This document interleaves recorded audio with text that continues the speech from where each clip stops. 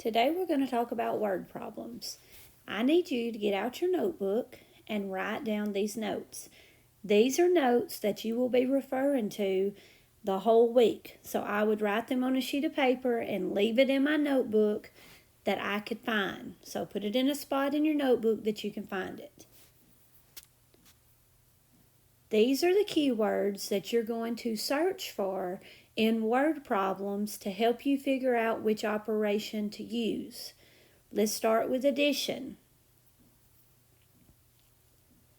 All together, together, combined, total, sum, in all, increased. These are some of the clue words that you can look for that let you know that you need to add. Lots of times it will ask you how many altogether do you have. Altogether would mean to add. How many together would mean add.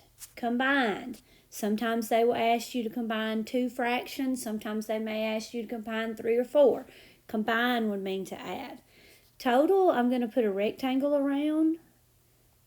Be careful with total because sometimes total means to add, but also sometimes you can multiply if it asks you for total. So if you have 2 or 3, most of the time it's going to ask you to add those, but sometimes it might say if it takes 2/3 a cup to make a cookie and I want to make 5 batches, how many cups will I need? You would probably want to multiply in that situation. Sum means to add. In all, how many in all? How many did you purchase in all? How many did you buy in all? Would mean to add. And then increased. Sometimes they want to add in some more vivid language in a word problem. Increase would mean it's going to get higher anytime you're seeing the word increase. So it might ask you if you have 2/3 and then you get 1/8, how much did yours increase by? So that would mean to add. So these are clue words that are going to tell you to add. Now let's look at subtraction. And what I did on my screen is I just drew a cross and put addition, subtraction, multiplication, division. You can write it however you want. Just put it where you can find it, where you can use it, and make sure you write it neat enough you can actually read it. I also have a handout with all this on it, but I thought it would be better for us to go over it together first, and then you'll have that handout. Subtraction.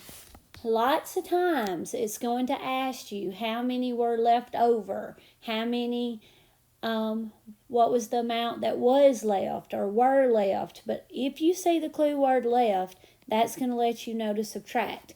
Sometimes left is a little tricky because sometimes when it asks you how many's left, you might first have to add and then subtract. But almost always, if you have the word left, you're going to be subtracting at some point. How much farther? How much longer? How much bigger? Things like that start with how much. Lots of times it's going to be subtraction. How much farther? How much longer? How many more than? Things like that. How many, like I put more than here, but how many more than? These are things that are going to mean subtract. How much farther? How much longer? How much bigger? How many more than? Those all mean to subtract. Minus means to subtract. Difference. Write the opposite. If increase meant to add, decreased is going to mean to subtract. Less. How many less? Or I have 4 less than you. That would mean to subtract. Another vivid way that people who write test questions like to make a word a little more vivid or a problem a little more vivid is to use cut off. If I have a board and cut off 1/3 of the board, how much of the board is left? So cut off means you're actually taking a piece or a segment away from it, so you would be subtracting. Take away, also the same thing. If you're going to take away something, you're going to be pulling it away from it. So take away. All right, so addition and subtraction, most of these you know. Look back over those, keep them where you can find them. Let's talk about multiplication and division now. Multiplication and division. Multiplication, lots of times when you're dealing with fractions, you're going to see the word area. Go ahead and memorize. From this point further into the year, you are going to see the word area. When you find the area of something, it is your length times your width. So if you look down at the floor right now and you counted those tiles on my floor there, across through there, I think there's like 22 one way and I can't remember the other way, it's almost 30. But you would have your length and your width. Okay, the length of the room would be from the screen to the dry erase board, and then the width would be from the windows to the wall that the door is on. So you can multiply your length times your width, and that would be finding the area. The area, and then the area and the base are the same thing. It's everything on the bottom, but lots of times when you're dealing with multiplying fractions, you're going to say find the area. Area means to multiply. Another word that means multiply is of, whichever way you pronounce that. It means to multiply. Lots of times it will be set up like this: 6/8 of the hour, 6/8 of the board, 6/8 of the time. If it's set up like that and you see the word of, it means you're taking a piece of it. So you're going to multiply.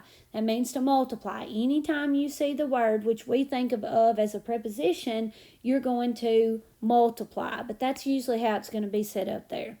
Quadrupled means to times by 4.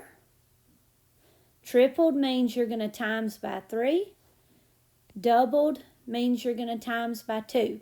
So sometimes you may have these clue words thrown in. Quadruple the recipe.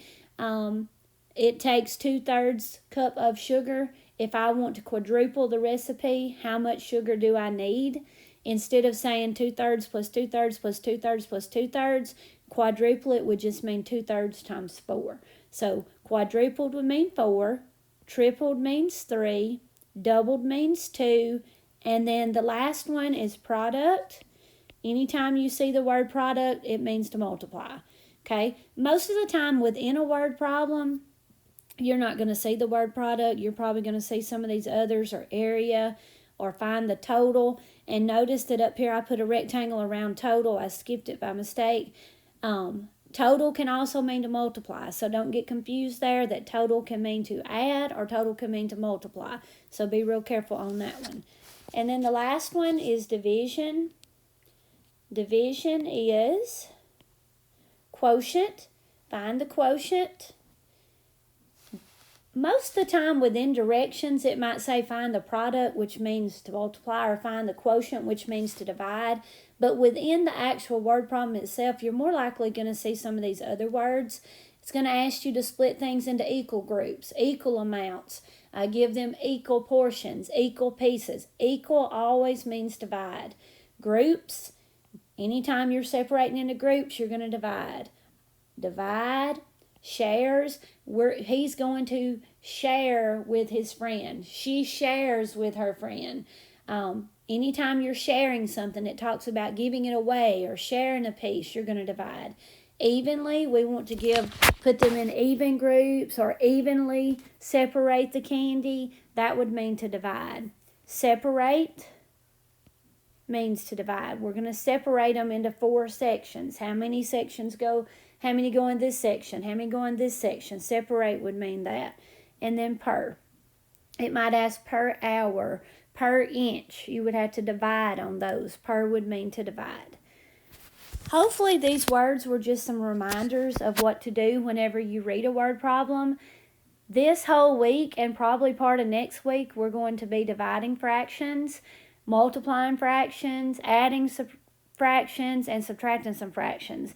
But hopefully last week you listened as all the videos played and as we worked on adding and subtracting and multiplying and dividing fractions, and you caught on to the process. Now we're going to have to take it a step farther, and not only are we going to have to know how to work the problem, you've got to use these keywords to set up the problem. You've got to know, well, which operation do I do? Which one do I use? So you've got to really listen today as we do our lesson, and all throughout this week. Very important that you are paying attention.